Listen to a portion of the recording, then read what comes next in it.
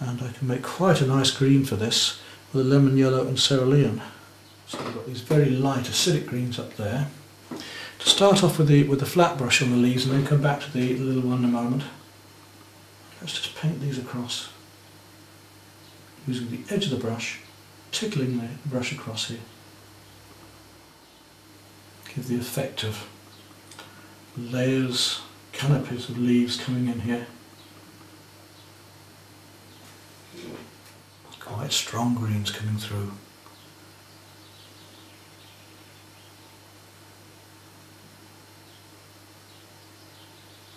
I need a much darker, warmer green, so I'm going to add that to some of the brown we made earlier.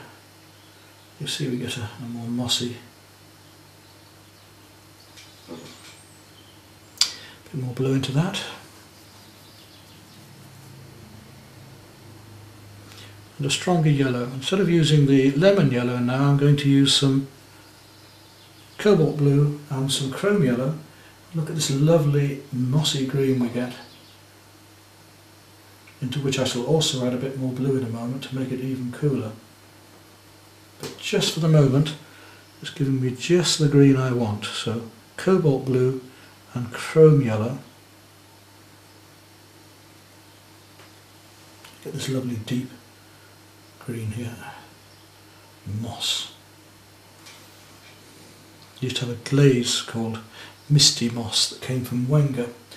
It's a lovely name, isn't it? Comes down that old birch tree as well.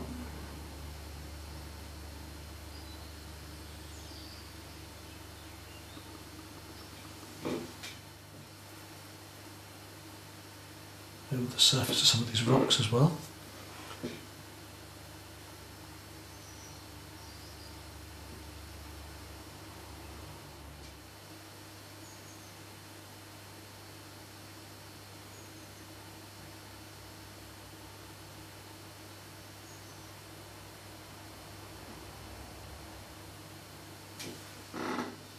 I'm going to take some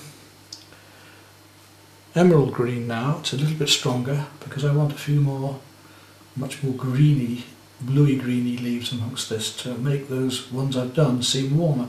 Remember, if we put a cool next to a warm, the warmer seems warmer and the cool seems cooler. So if I start using some cooler greens in here now, like this, look at the difference that will make. I want them cooler still. I could add some more blue to it, some more cerulean say, but I don't. This is fine.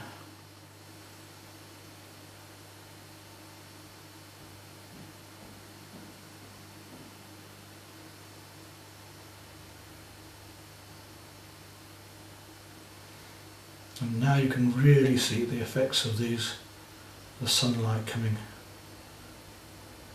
through into this. I think it's time now to come down to the river and start looking at these blues that we've got in here.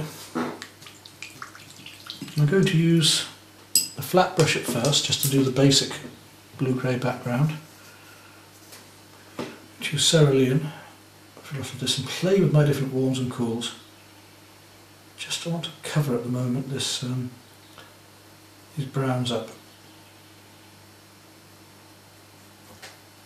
so that I can establish what colours I'm really going to need.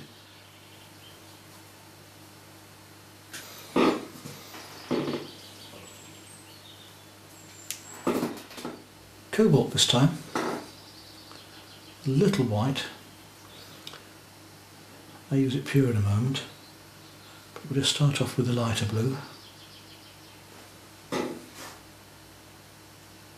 and see where it's going to go. It's coming, lovely white bit coming across here, comes into the shadows there.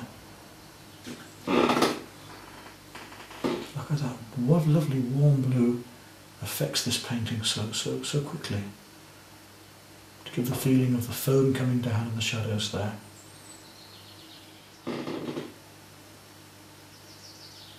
I love these sorts of places anyway. I mean, I just like to sit there and paint. I should go up there soon because we'll be trout fishing up there soon.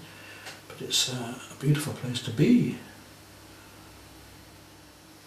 So our nice blues there. Let's take some ultramarine now. Much stronger blue, one of the warmest of our blues. and just establish some of those amongst this and see what difference that makes. Now you see again the difference that that makes. We're going a much warmer blue still.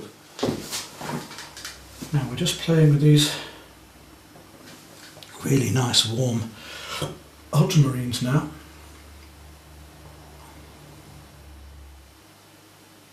Get a bit more texture, particularly across the surface here.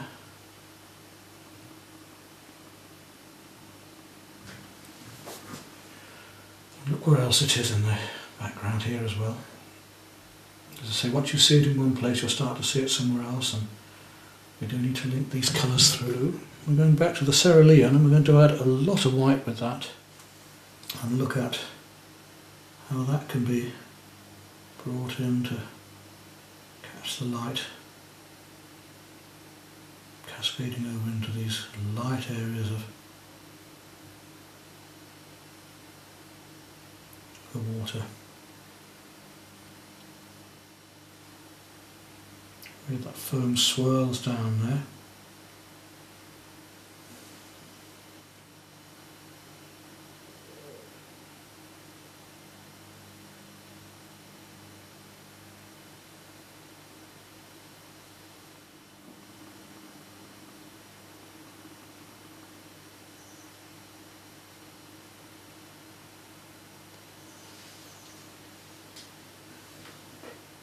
Very light green that we mixed earlier, the white and the lemon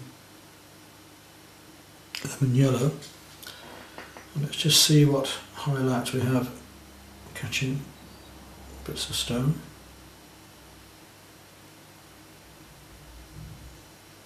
And the water.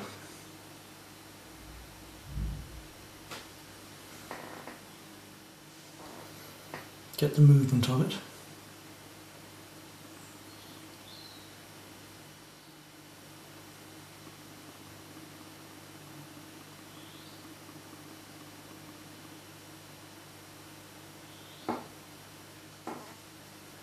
So with our warmer now, we can put in some of these little bits of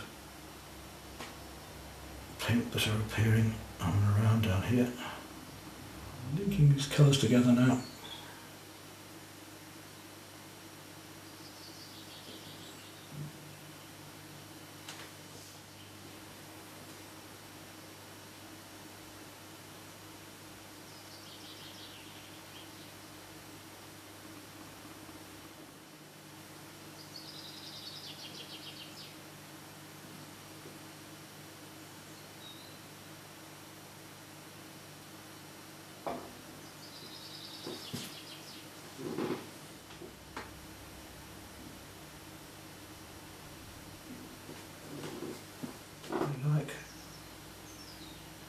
A bit more depth here.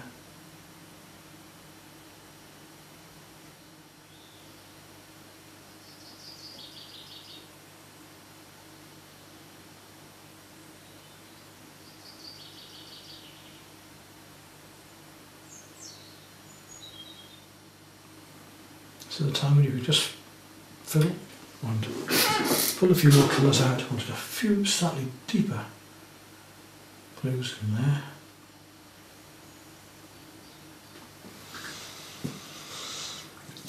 Voila! Now let me show you the other ones that we've already done.